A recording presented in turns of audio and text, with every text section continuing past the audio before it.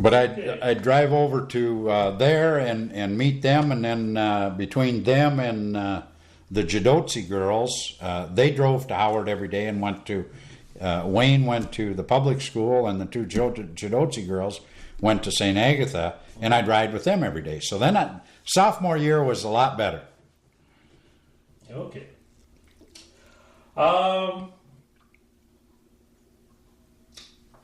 You mentioned getting married. Did you? I think you did. What's your wife's name? My wife's name is Mary. Mm-hmm. And she come from Howard. I had met her when I was in high school. She went to the public school, and of course, back in those days, that was kind of a no-no for the Catholic and a Protestant, mm-hmm. to get together. And my mother was not at all happy with that situation. And then we got married in 1963. Yeah, I graduated in 62 and got married in 63, in November of 63. And Mom learned to accept the fact, and everything worked out well in the end. But, mm-hmm. There were some strange things back in those days compared to the way we think today. Yep, that was pretty much true all over the place. Yep. So, did you serve in the military at all? No, I was in between. Well, when I registered for the draft, of course, when I was 18, mm-hmm. and then when I got married in 63 and reported that, then I got classified as 3A or something, mm-hmm. and unless there'd have been a war, they were not going to call me. Yeah. You have kids? We have had 2 boys and a girl. Okay, what are their names? John is the oldest one. He was killed in a car accident in 1991. And then Brian, who works in the co-op system in Alexandria, and Tammy, who is a teacher right up the street here at Gertie Bell Rogers. Okay. How was it that you I think you started out to talk about this a little bit, but how did you get involved with cooperatives? Was your dad a cooperative supporter? No, actually, my dad. Old Man was a pretty strong cooperative community. It was, and yet my dad was a Standard Oil man. He was, for some reason, that's where he got started. His brother started with the Standard Oil. Norman Bergheim was the guy's name, and they just were good friends. So, back in those days, people did business with people, yep. And he was a very strong Standard Oil guy. And it took me a year after I got working at the co-op to get him to buy from the co-op, and but he finally did, and never regretted it. He always said, I do believe I have less trouble with my engines and stuff using the co-op oil than I did with Standard Oil. Yeah. Did you know Emil Lorix? I knew Emil Lorix real well. Did a lot of business with Emil Lorix. Mm-hmm. Mm-hmm. He'd come down to the station and sit and visit for hours sometimes. Mm-hmm. Sometimes I had to excuse myself and work, but yeah. but Emil loved to visit. Yes, he did.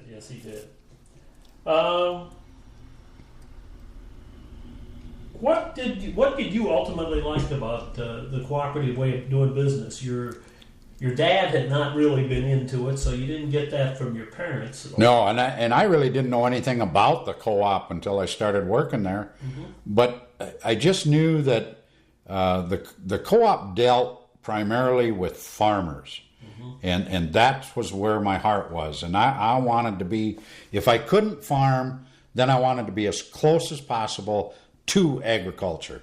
Mm-hmm. And the thing I liked about it after I got to learn about, how it operated and how it was formed and understand what the co-op was, the thing I liked about it is that, it was like every other business in town, except every year, even if you weren't a member, you could go to their annual meeting, find out how much money they made, and find out what their expenses were, give your input if you wanted to, and give some direction to that business in that community.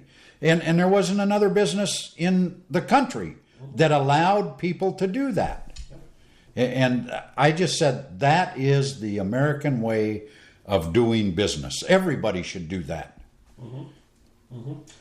Did you run into anybody around there? Probably that was a strong cooperative community, but in some parts of the state there would be, back in those days, people who thought that co-ops, in contrast, were un-American because they were owned by a group of people rather than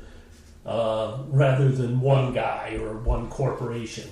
You know, it's funny. There was a lot of talk about that, and I heard other people talk about that.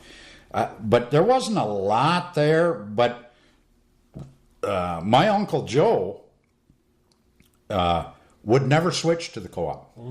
He continued forever to buy from Standard Oil. As long as there was a Standard Oil dealer in town, he was not doing business with the co-op. And his bitterness was, I finally got it out of him one day after he retired off the farm. He did business with the Co-op Creamery, and the Co-op Creamery went broke, and he lost all of his earnings. And there was no way that I was going to convince him that had he done business with an independent creamery and they went broke, the same thing would have happened, except that he wouldn't have had his name on those earnings. It would have been in somebody's pocket. Yeah. But he would not, he just wouldn't understand that. Those creameries, whether they were co-ops or not, went out of business. It was just a change in the... Absolutely. It was the change in the way agriculture was going. But he didn't want to believe that. They went broke and they took his money. What was your first position there at the co-op? I was just a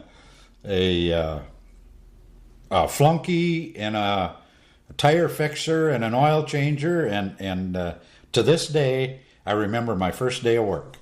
There was a gentleman who had been on the board or was working there, whose place I was taking. His name was Keith Lindbeck, and he had worked there for quite a few years, but he was a young guy, probably 4 or 5 years older than I was is all, and he was going farming. I showed up for work at 7:45, and he was there. His job was to train me. And when I walked in the door, there were about 6 tires laying by the tire machine, and he said, "Okay, I'm going to show you how to fix one." And then he said, "All I want to ever see from you is assholes and elbows." And he said, "Don't ever let me catch you standing around. You just be working." And I'll never forget that as long as I live. How long was it before you moved on to another job there at the co-op? Oh, let's see. I worked there from 63 to 69 as kind of the jack of all trades and master of none. And then in 69, the manager left, and I applied for the manager's job against a lot of people's recommendations because they said, a hometown boy, it's too hard. You can't collect accounts receivable and blah, blah, blah. And I said, well, then I think the board needs to make a change at that point. If I can't do the job, okay, then you get rid of me or move me to someplace else or whatever. But I still think I deserve a chance at trying it. And they hired me. And I worked there from 69 to 75 as the manager. In 70, I had interviewed in 68 and was offered the manager's job at Phillips, South Dakota. Because I had attended management prep school in 67. 68, they offered me the job out there. And when we went for the interview, and my wife found out that one board of director lived 50 miles from town, and the only other thing she could think of about Phillips, South Dakota was listening to the weather. It was the hottest place in the South Dakota in the summertime and the coldest place in the wintertime, and she didn't care if I had the job or not. She said, I'm not moving. So I didn't, and well, as it turned out, then I got to do the job at Oldham, and in '74 then, I was called by a field man who was working for, who would have been the Farmers Union Central Exchange at that time, and asked to go on the road. And I just really wasn't interested at that point. I thought my kids were too young and whatever. But then in '75, Rodney Dodge called me and he said, I need a TBA rep, and I think you would be a good one. Will you interview? So I interviewed with Rodney, and then Boyd Meyer was the regional manager at that time. I interviewed with him, and 2 weeks later they gave me an offer and said you had to move to Mitchell. And I talked it over with the wife, and because it was going to be a little less money than I was making managing, but I thought that the opportunities for growth were much better working for Cenex at that time. It had now become Cenex. Than it was in Oldham, South Dakota, and she felt the same way and said, "Hey, let's do it." So I moved to Mitchell in '75. It was a TBA rep there from '75 to '82, and then Rodney retired, and I applied for his job as the district marketing manager, and I got that. And then I did that from '82 to '84 is all. And Stan Marquardt, who was the regional manager, took Boyd Meyer's place, went to Minnesota, transferred to Minnesota as a regional manager. So I applied for that job and thought, well, I ain't got a chance at it, but hey, the interview was going to be worth the experience. Well, I interviewed for that job and got it. And so I was the regional marketing manager from '84 to '89 when the Cenex Land O'Lakes joint venture came in. Well, then they reshuffled all the field staff, and you had all kinds of different, some of them got let go, and they were reorganizing and restructuring. Well, then I found out that part of my staff at that time may not have an opportunity for a job. So I started looking and finding out who was going to be doing what in the system and who had an opportunity and who didn't. Well, as it turned out, I found out that one of the guys that worked for me was probably going to be left out if I had my choice of being the agronomy sales manager or the petroleum sales manager. But if I took the agronomy sales manager's position, the other guy was not going to be offered the petroleum. So I said, well, okay, this is an easy decision for me because I think this guy's a keeper. I took the petroleum sales manager. They offered my other man the agronomy sales manager position, and all of my people stayed on board in the system, and I was happier than hell. Okay. As often happens in these interviews, we're gonna backtrack a little bit here. What sort of issues were you dealing with in the years that you were managing at Oldham? Somewhat different than they've been for co-op managers in later years. The 1960s were a different era than today, certainly. But and that's true. But as you look at agriculture and farmers, God bless their souls, it doesn't make any difference whether it was the 60s, the 70s, the 80s, the 90s. In all of my career, the biggest thing was getting the farmer and the co-op both to manage a business and run it like a business and not run it like a welfare place or next year's going to be a better year. And farmers and co-op people alike. And that's what was disastrous for our cooperatives and our small farmers. They just would not run and make business decisions. They made their business decisions with their heart and not their head. And while that was really good and made everybody feel good, it unfortunately cost a lot of people, a lot of farms, and a lot of co-ops. And that was the biggest fight I had, whether I was managing, whether I was in the field staff, no matter what job in the cooperative system I was in. I always was trying to get the co-ops to take that farmer hat off and put their business hat on and let's make business decisions. Mm-hmm. Accounts receivable, always a problem. Always a problem. Accounts receivable and employees. Mm-hmm. Mm-hmm. Nobody wanted to address those issues.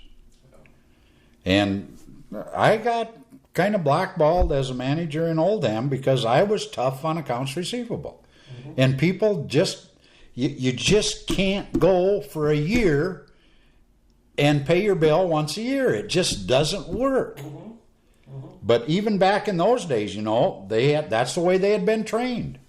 And it was tough to break that habit and that mold. Yep. And in fact, when you went back to the founding of the co-ops in the 1930s, one of the principles was cash on the barrelhead. Exactly. Credit extended for a long time. Exactly. And yet, somewhere along that line, it got switched, and boy, it was tough to come back. One of the issues that that some of the folks have talked about from the early 1970s. You were probably already, by the time this happened, the Arab oil embargo and all of that issues.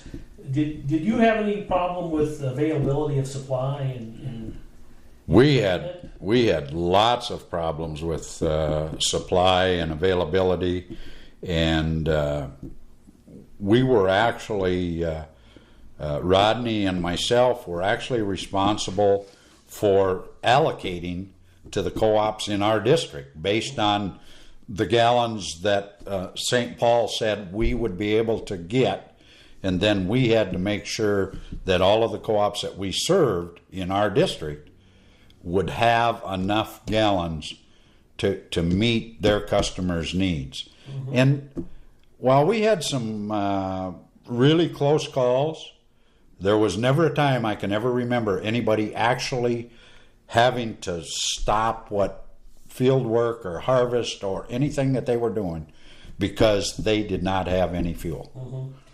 There were situations maybe where a local manager wanted to be able to get everything he needed from Cenex, but maybe he couldn't. And he had to go. He had to get some somewhere else. In some cases, and that's what really started managers looking on the outside. We, as a supplier, failed to meet. And in some cases, it was totally false because what the manager actually needed versus what he thought he wanted were two different things. And that's where we lost a lot of loyalty and a lot of business to outside because the brokers love that kind of opportunity. And they might just say to one of their customers 400 miles away in the other direction, no, we don't have anything to give my customer a load of fuel. Mm-hmm. And that happened a lot. Mm-hmm. Did most of them get back once there wasn't a shortage anymore? Did you lose some of that business permanently, or was that... We did for about a year after the supply came back, but in my district, and that was one of the goals that was set out for me, is I needed to get back 100% of all of that business. And I was able to do that with all of the managers. We came back and were assured that we would not be that kind of a supplier in the future. Okay. You mentioned some names. Did you have a chance during those years to meet and work with some interesting people that were memorable for you? I worked with a lot of interesting people over the years. Daryl Moseson, we had talked about him earlier. They said that when I was the regional marketing manager, and we had what they called, or Cenex had what they called the Big Wheel Award. And at that time it was I was responsible for South Dakota and Nebraska. And Nebraska was a brand new development state. Cenex had just moved down in there about 5 years prior to me becoming the regional marketing manager. And I had some staff down there. But they said that we were such a small region in terms of total sales and everything that we could never win the Big Wheel Award. And we won the Big Wheel Award in Dean Rasmussen and his staff won it in 1987, I think it was.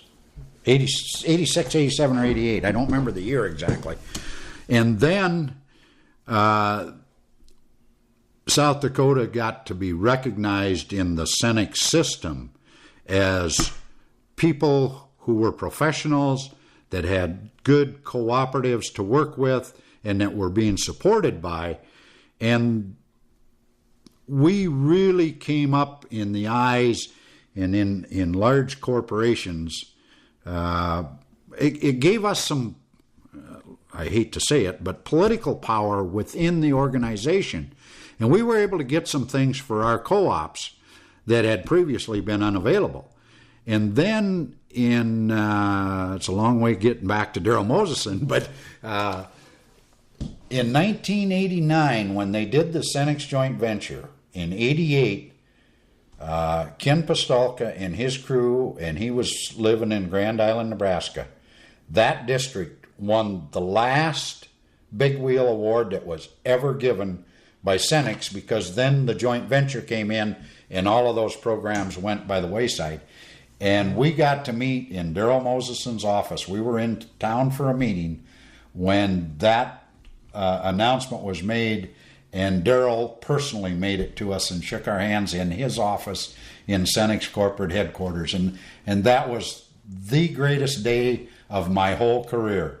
And what a fine gentleman that he was. That he's just one of the many. Paul Ryan was another. I had the utmost respect for him as vice president of agronomy. Lots of super boards of directors, and yet and lots of good managers. I worked with Ken Pastolka when he was at Gregory, South Dakota as a manager before he got hired on the field staff. Ran a super nice co-op. But, I don't know, I could just go down a whole list of people and names of people who I looked up to and respected, and Dick Linney from Wisconsin, and he was in South Dakota for a while. Just was a whale of a cooperator, and sometimes Dick got a little off base, but hey, that was Dick Linney, and he was a super cooperator. But yeah, there was a lot of people, and to pick out any one, I can't identify any single individual, just a lot of them.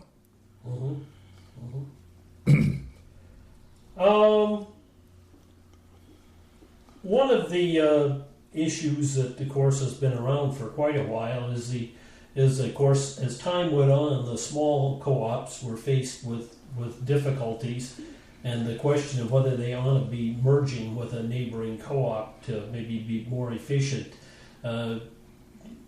You want to talk about that from your perspective on the field staff, how you dealt with that kind of situation? Well, that's a tough situation.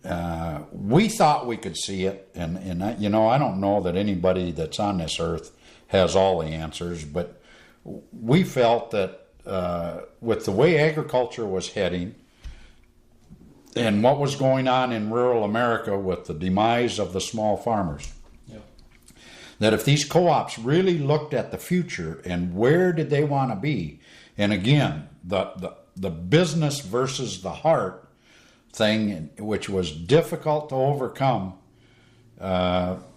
it was the only way that they were, some of them, not all of them, because it's not fair. The well-run cooperatives are still in business today.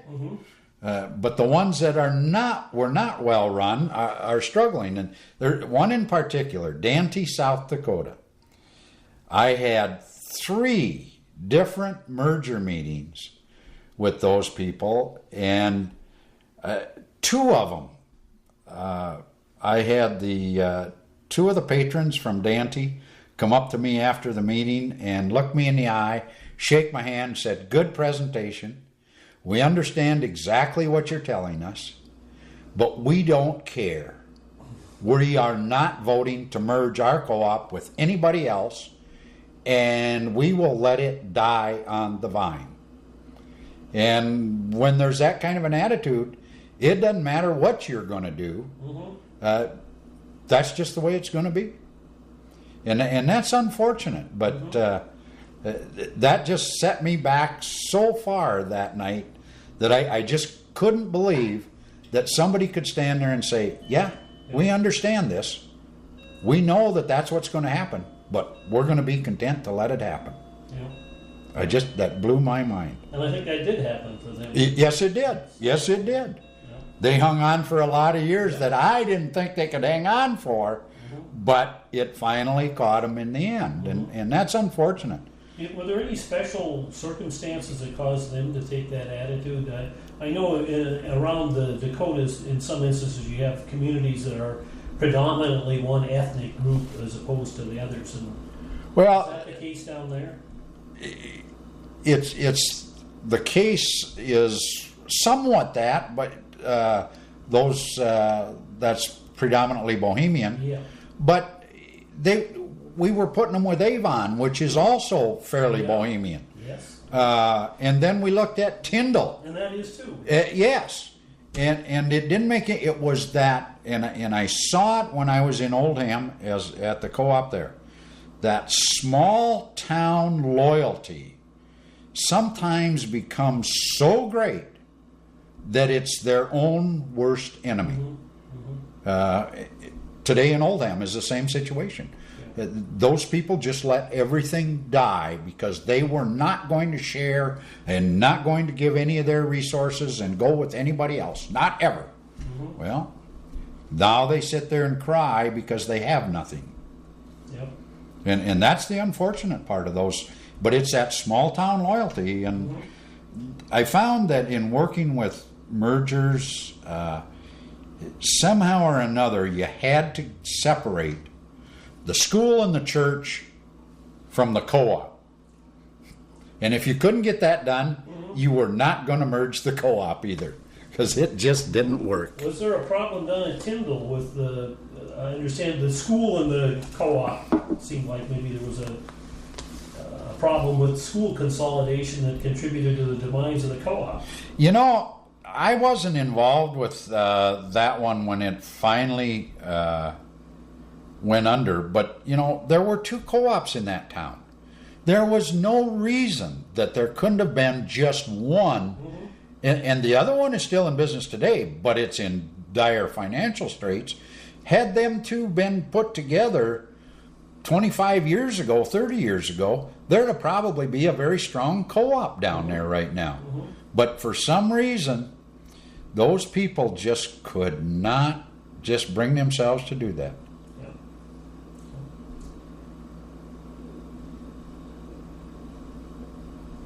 Let's see, I'm having to skip over a couple of questions that we've already kind of taken care of. I get carried away once in a while. Let's see here. How have you seen any changes over the years in the relationship that exists between the regional and the locals, the local cooperatives out in the countryside? Do you see any change in that?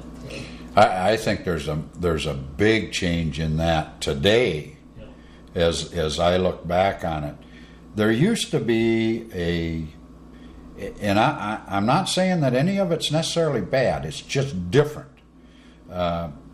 It used to be like a family. The locals and the regional together. Today, it's almost an adversarial relationship because the regional has taken over and said, we have to run like a business. Now, the co-ops that are running like a business and understand that philosophy, them and the regional are on excellent terms. All of the rest of the co-ops, which is unfortunately the majority in numbers, not necessarily in dollar sales, but in numbers, that haven't recognized that really strong need to operate a business as a business. They look at the regional almost as an adversary. And especially here lately with CHS having to merge and buy some of the locations that are strategically located to service the farmer and stay in business. Mm-hmm. Mm-hmm. Do you have any thoughts on one of the things that I think we see today that we never saw in the past is private businesses using the Cenex logo? We have 3 Cenexes in Huron now, and not a single one of them is a cooperative. Is that confusing? Because the slogan used to be where the customer is the company. Yeah, and where the customer is the company kind of went out quite a while ago, unfortunately. Yeah. But, that started taking place. We started it when I was still on the road, probably in 96. But we were very strategic because we had a strong need to move excess gasoline gallons from our refineries. It was either that or dump it on the open market at a loss. Yeah. Well, it was difficult to get the local co-ops to understand that if we could rebrand and move this excess gasoline through them, as long as the co-ops weren't going to take it and sell it, we could, in effect, put more money on the bottom line. It would come back to them through patronage, and everybody would win. Mm-hmm. But the co-ops really struggled with that, even though we were trying to be very judicious about who we would rebrand and how they were located within any cooperative trade territory. Well, now, as I see it now, I don't know. I think the switch has come that the regional wants to promote a brand such as Exxon or Mobil. It is now Cenex Petroleum, and the way they're doing that, and they do have excess capacity yet at certain times of the year, and recognized 3 or 4 years ago, maybe it's 5 years ago now, that they were unable to manage a C-store and make it profitable. They invested a lot of money and bought a lot of C-stores throughout the country, but were unable to really turn them a profit. And now with the advent of their management contract with Come and Go, I think the trade-off had to be they had to be able to get Come and Go wanted Cenex brand and product availability at these locations. Well, Cenex or CHS, being the good business people that they are, said, okay, well, that might have to be our trade-off. And unfortunately, I think it cost them some business over the trade territory. But in the long run, I think it's all going to work out better. But back to your question, Chuck, I don't know. It disturbs me because I'm still from the old school, but yet I see the real need, and that's why I'm glad I'm out of the business, because I would really struggle with that change.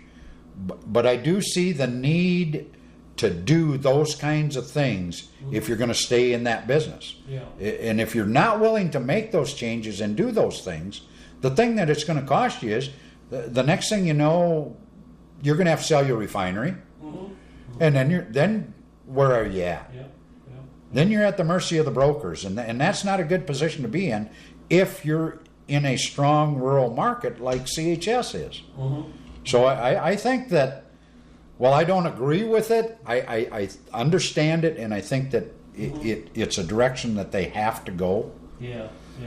I think there's at least one instance, one of the people I interviewed was telling me about in Madison, where there's apparently now a private Cenex in competition with a co-op right in that same community, and that right here in town apparently is not a thing that goes down very well with the local co-op. No, and I don't blame the local co-op at all. I understand their position, but in the thing that local co-ops have to really understand, and you only start to understand that after you get to travel and see a lot of different markets and a lot of different communities. Right here in Mitchell, the Come and Go over here on Sanborn is privately owned, but it has a Cenex sign in direct competition with the other two Cenex C-stores in town. But in a town like Madison, and one's located on you've got the F&M on the northwest corner of town, and the other independent Cenex is clear over on the southeast corner. Is there a little bit of a trade-off? There's always going to be a little bit of a trade-off. But the unfortunate part that we've really lost in the cooperatives is that we really don't promote cooperatives. We promote Cenex or CHS. And so the consumer, other than people like you and myself and the older farmers around, there's a lot of young guys out there that have no clue what the co-op is. It's Cenex. They do business with Cenex. And they might, but a lot of these young people nowadays say, forget the patronage. I want the price. Don't talk to me about none of this. And so we've really lost that cooperative spirit, and that's really unfortunate. I don't know how we're going to get it back. Yeah, that was an advantage for co-ops. Absolutely, it was. Absolutely, a big advantage. And I still think it can be. But again, it goes back to, we got to run the co-op like a business and not like a farm. Yeah.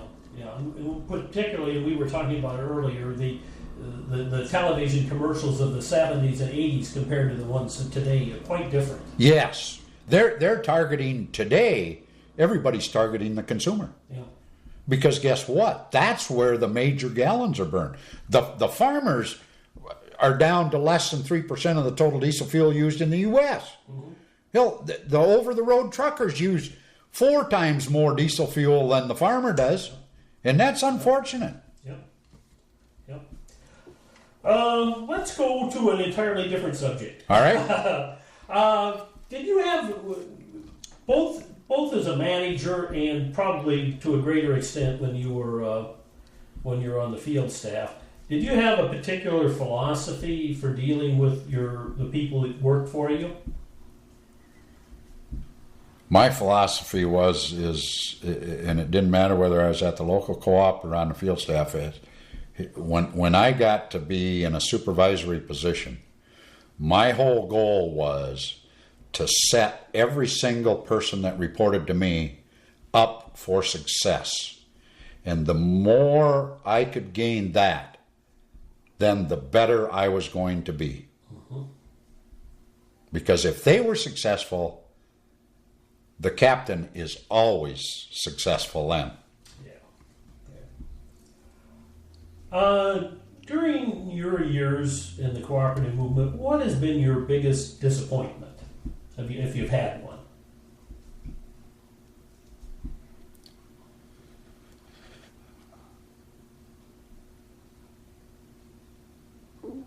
Probably, I was most disappointed with the Cenex Land Lakes joint venture. I really thought that if that was to be, that it could have worked out much better than it did, and of course today it's the same old thing. It's just two companies totally operating separately of one another, and the way that people got pushed around and how they were treated during that transitionary period was probably my biggest disappointment. But as it turned out, I don't know that it was all bad looking back on it. But I was really I remember for a whole year I was very disappointed at the time in the way that the people were being treated, and what was happening in that process. That really bugged me. What was the accomplishment you were most proud of?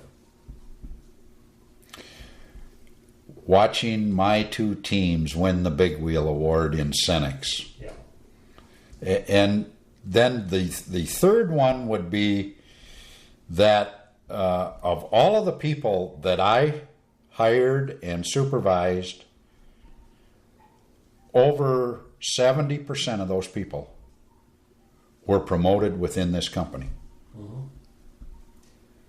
Were you still on staff when the Farmland CHS merger was under discussion? No, I left in '99. Okay, that would have. And that would have preceded. Yeah. Did you have any thoughts on that as the discussions went on?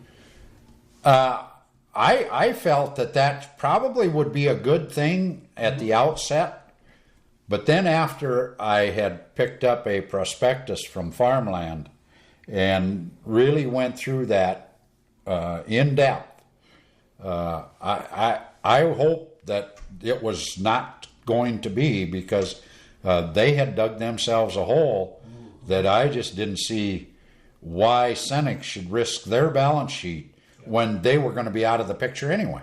Yeah. And really, it almost looked like at the time that the main headquarters was going to be moved to Kansas City, even though they, in reality, were the weaker of the two. Exactly. And a lot of people who ended up going down there and working in some of that process, there wasn't anybody down there that liked it other than this Taj Mahal that they got to go to work in out by the airport. Their brand new fancy office building. Just another fiasco, in my opinion, of what caused Farmland to go by the wayside. I'm kind of looking forward to in the next few weeks. I've got an interview scheduled with a Farmland board member from South Dakota to see what that perspective might be.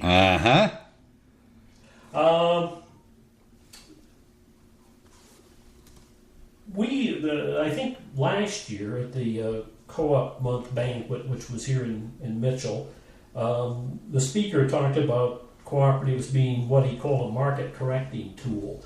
Do you think that's still true? As a kind of a business that can kind of keep the other businesses honest?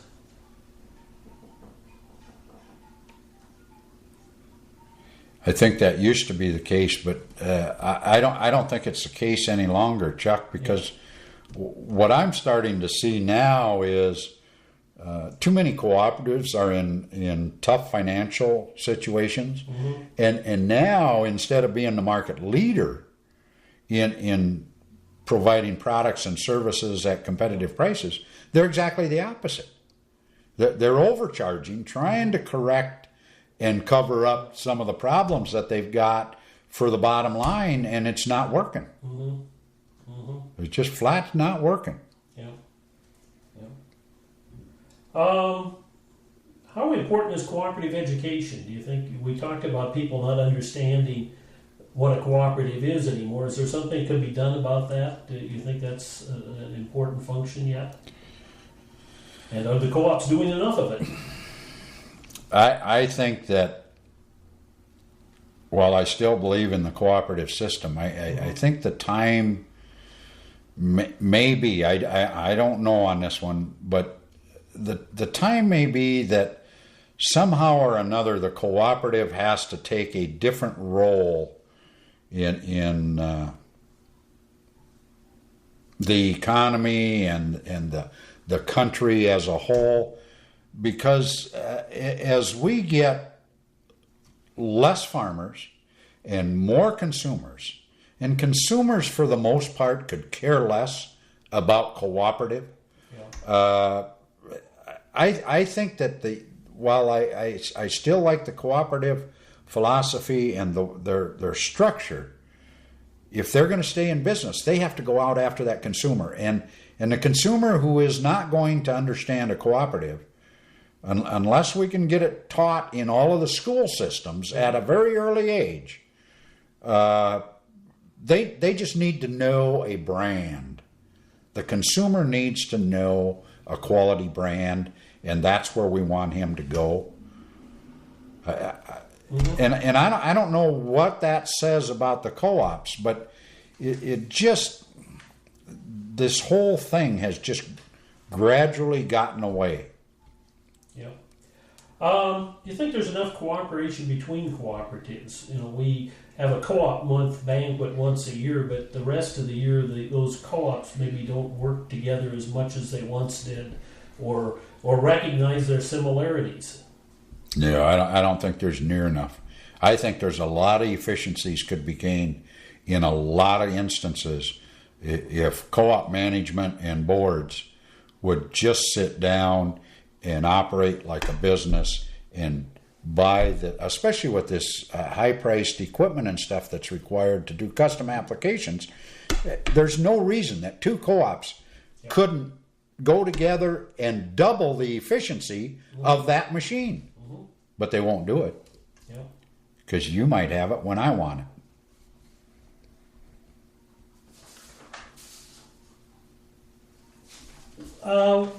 Do you have any thoughts on the new value-added cooperatives? We're seeing a lot of those. Ethanol certainly has been a coming thing around here. There's some LLCs, and there are still some co-ops, but they all pretty much are farmer-owned, with the exception of there's some that aren't, like Verisun, but there's one right in the vicinity here in Mitchell, isn't there? At Loomis. Yeah, the Prairie Ethanol out there. I think it's a great thing. But you and I understand that that's really a form of cooperatives. Yes. But the average investor, I would bet you if you pulled 10 investors out of there and said, what do you think about this cooperative you're involved in? 9 of them would look at you with a dumb look on their face and say, what cooperative? They see it as a business. And I don't think they understand that that's a cooperative at all. Yeah, not understanding maybe that a cooperative is a business. Exactly. That's part of it. Yeah. We're almost getting to the end of my questions here. What are you doing these days? Anything I want to. And just loving it. I get to watch my granddaughters play basketball. I get to, every day, my 2 youngest grandsons get dropped off here, and, one does now, and Grandma walks him to school, and she volunteers up here at the school and then fills in for subs for the aides and stuff. She's not a qualified teacher, but that's where she's at today, working. And I get every afternoon, I go over and pick up my next youngest grandson from middle school. I get to go to swim meets. I get to do all of the things, and I get reminded of it by my kids quite regular that I never got to watch my own kids do, but I get to watch all my grandkids do them. Swim meets, soccer meets, basketball, track, volleyball, baseball. I get to watch all of those now. Unfortunately, it's my grandkids I'm watching. But I just love the opportunity and I'm forever helping my son work on his house, or my son-in-law work on his house. My daughter-in-law lives right across the road here. This is the one that my son was married to and was killed in a car accident. That was my old house, and she bought that, and I bought this, and she remarried a super nice guy. And I have 2 grandsons that live there. The oldest one's in college at SDSU right now, and I get to spend the time with my grandchildren, and I just love it. And perhaps that is a downside of the work you did over the years, where it took you on the road. Yep. For anybody who has that kind of... Yep. When you're gone 3 to 5 nights a week, year in, year out, you just finally get tired of traveling, and you get burnt out. And I'm enjoying life. Right after I got out, I interim managed at Toronto and Wessington, and then I was back at Toronto, and a little stint at Wessington Springs. They wanted me to go to Woonsocket. I just didn't have time to do all that. And then I started United Energy LLC for the 5 co-ops around here, and got that off the ground. And after 2 years of that, I just said, I don't need the stress anymore, guys, and I'm out. I'm done now.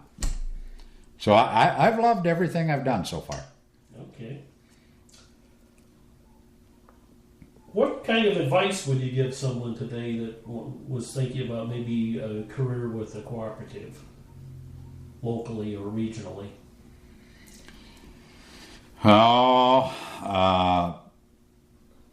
I would suggest to them that they try to get regional, because I hope it doesn't happen, but I just don't see local cooperatives surviving. Other than probably a wheat growers, and I'm not sure how long they'll survive. I think it's going to be left up to the big boys in the end, and that's unfortunate, and that's not where I come from, because I come from the small family farm, and I would like to see nothing more than a farm on every quarter section of land again. But I don't think I'm going to live long enough to see it. So the cooperative system is still one of the best systems around, and it's still a way. If you want to look at and be close to agriculture, go to work for the cooperative system. Because there's very few cooperatives anymore that don't somehow interface with ag. Now, there are some out east and around, but for the most part, in this part of rural America, if you're working with a cooperative, whether it be the ethanol plant or whatever, you're going to interface with agriculture. Yeah.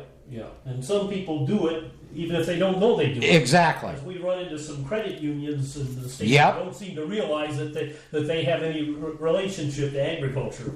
Yep. Just a couple questions left. One, I think I always know what people are going to say about this, but are you an optimist or a pessimist? I'm an optimist. Yeah. I've run into a few people who make some pessimistic statements, but mostly they're optimists. Yep. I always look for the good. Yeah. Always. Yeah. And I think that's an advantage. I listened to a speaker one time, and I can't remember his name. Leo something or another. And his whole speech was, attitudes are everything. And you show me a person with a very positive attitude and an optimistic outlook, and I'll show you a person that's destined for success. And also a person who's a good co-worker for other people. Absolutely. Those are the people you love working with. Yep, those are the people I want to hire. Yep. One last question. Is there anything I haven't asked you that you'd like to talk about?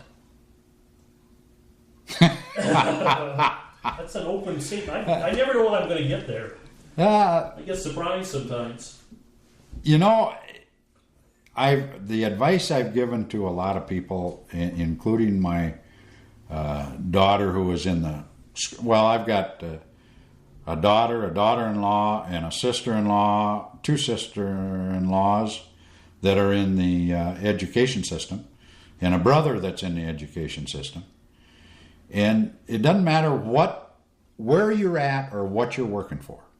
I see too many people who are impatient. They think that they ought to be recognized and promoted 3 years before it actually happens, or they should have gotten a bigger raise than what they got. And the one thing that I've always said is, number one, have patience, but number two, the co-op system is not always the leader in promoting or paying, but I was never disappointed if you take the whole career and where I started and where I ended.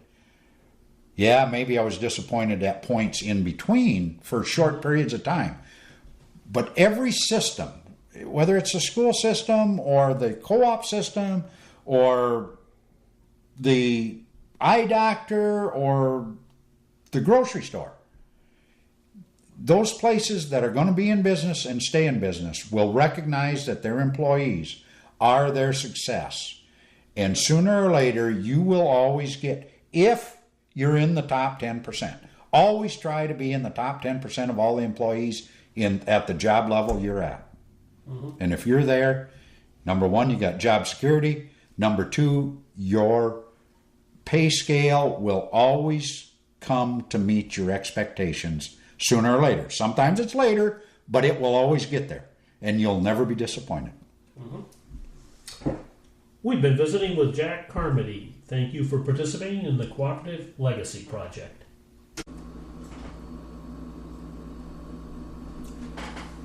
Cooperative Legacy Project interview number 69, March 29th, or is today the 30th? 29th. 2007. We're visiting with Jack Carmody, former cooperative manager and field representative for Cenex. Yep. Can you describe yourself that way? Jack, where and when were you born? I was born in Albuquerque, New Mexico, on January 28th, 1944. Okay. Albuquerque, New Mexico. What caused your parents to be down there? My dad was in the service. Okay. And he was stationed down there at the time when I was born. Okay. And what was his name? Vernon Walters. Okay. You want to talk about him a little bit? From what I remember, he died when I was 5 years old. Living in Howard, he had a aneurysm and was rushed to the hospital, but they were unable to save him. Kind of young. Yeah, he was only 27 or 8 when he died. Wow. Okay. What was your mother's name? Marie. She remarried when I was 8.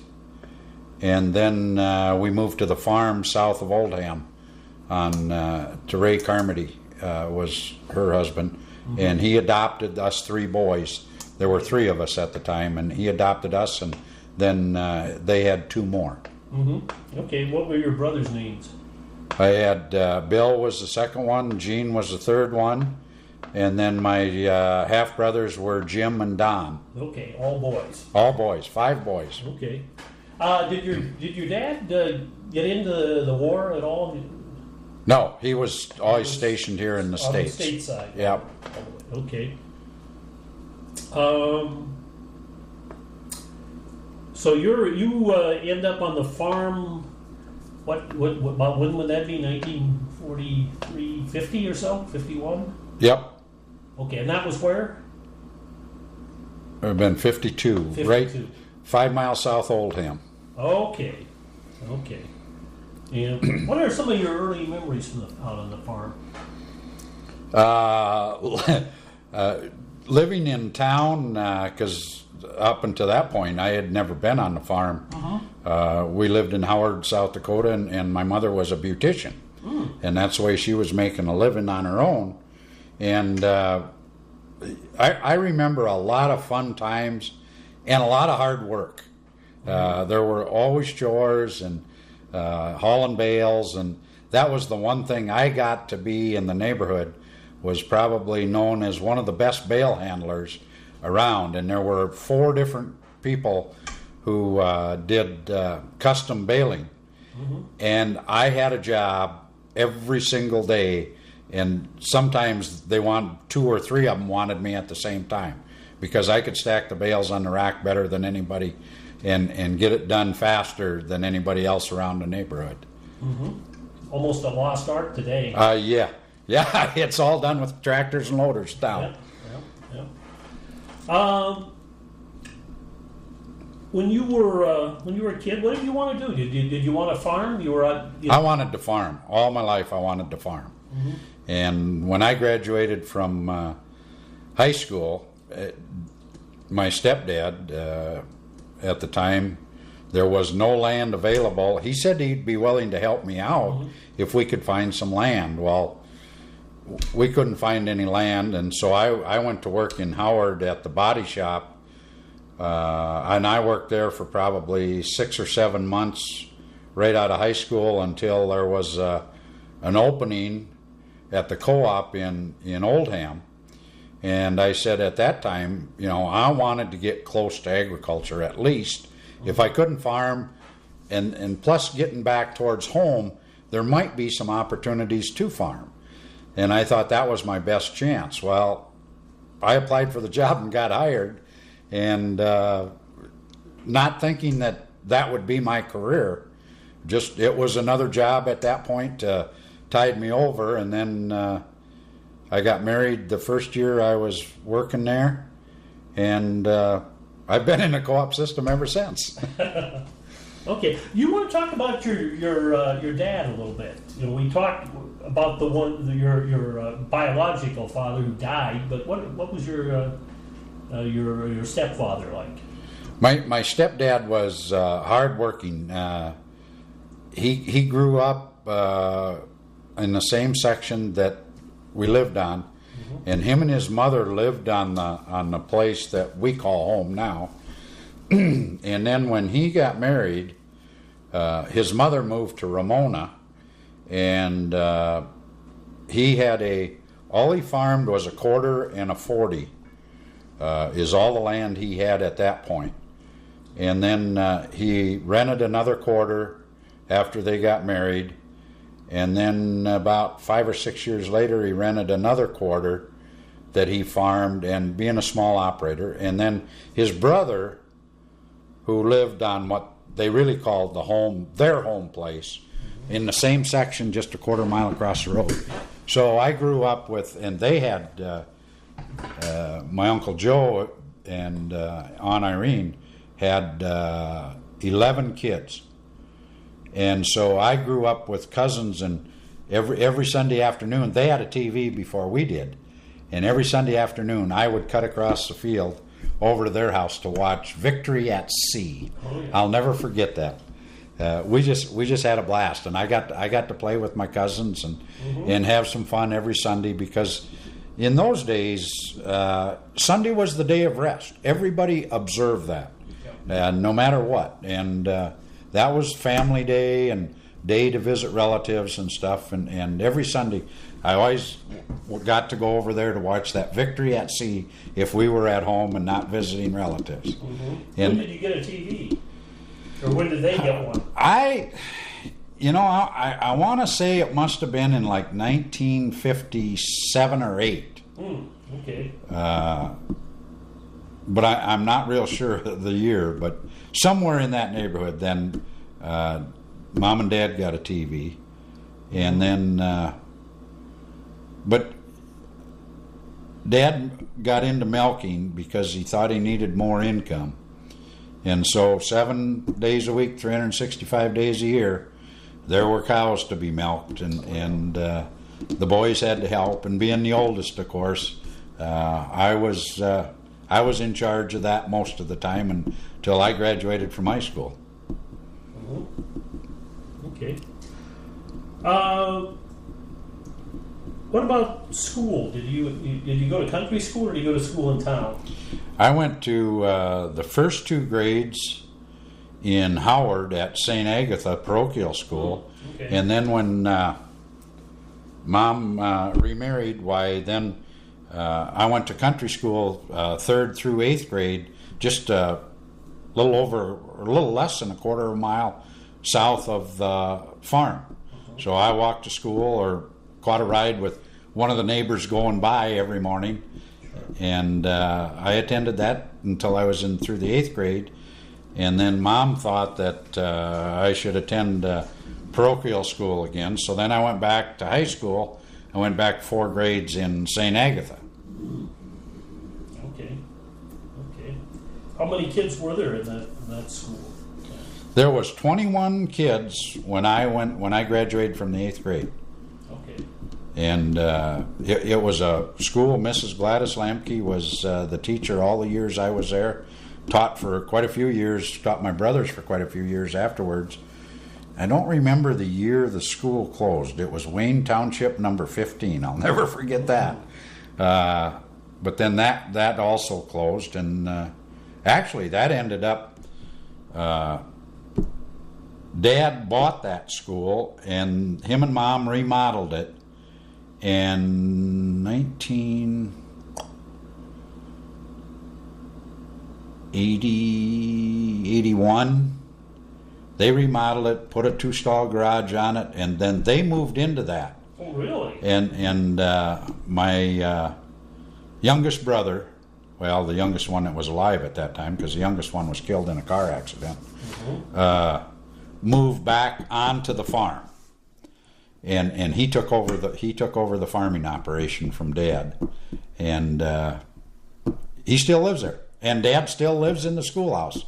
Mom died in 1986, and Dad's continued to live there ever since. He's 95 now, because we just celebrated his birthday in February, and still lives by himself and still drives to town every day. And you know any place else where somebody actually remodeled a schoolhouse for a home as opposed to some other building on the farm?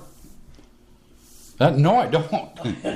It was on Dad's land. Yep. Well, it was the school land, but he bought it, and it was in the home quarter, and they didn't want to move off the farm, and yet they wanted to quit farming, and there wasn't room, and they didn't want to build a new one or something like that, so they remodeled that schoolhouse and let the brother move on to the home place.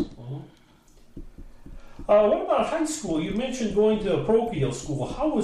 What was a parochial school like in South Dakota? I think you're the first person I've interviewed who went to parochial school. Oh, really? Yeah. Well, Mom was kind of a religious person, and she just felt that, and I hated going there the first year because I went over and I had to stay with my aunt. Because at that stage we couldn't afford a car, couldn't drive back and forth every day because of the expense, and I really didn't like it. I was homesick, and even though I got home every weekend, I just didn't want to. I stayed with my aunt and uncle in Howard, and spent 5 days a week there, and then going to parochial school. It was a good education. I don't regret the experience at all, but it was away from home, and I just didn't like. My sophomore year, I got to ride with some other people from the Oldham area. I'd drive over to Wayne Bannock's, and excuse me.